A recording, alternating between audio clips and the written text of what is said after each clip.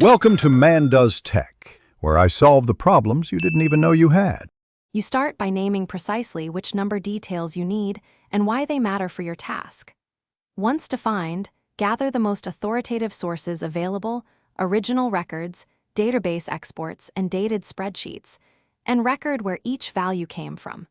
Make sure to capture identifiers like account ID, dates, and measurement units so you can match numbers later. Doing this immediately prevents wasted time chasing ambiguous entries and sets you up to verify rather than guess. Next, compare the gathered values methodically to reconcile differences and understand variance.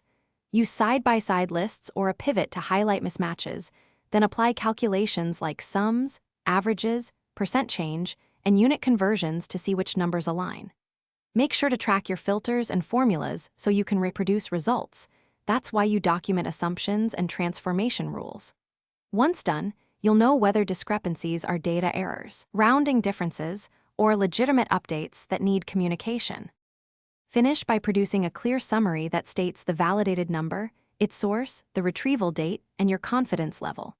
Save the raw files, the working sheet with formulas, and a short change log so anyone can audit your steps later.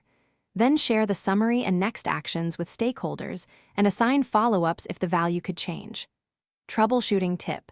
If a value still conflicts, pause, isolate the outlier source, and rerun only the minimal steps to trace the discrepancy. This narrows root causes quickly. Thanks for watching. If you found this helpful, don't forget to like and subscribe.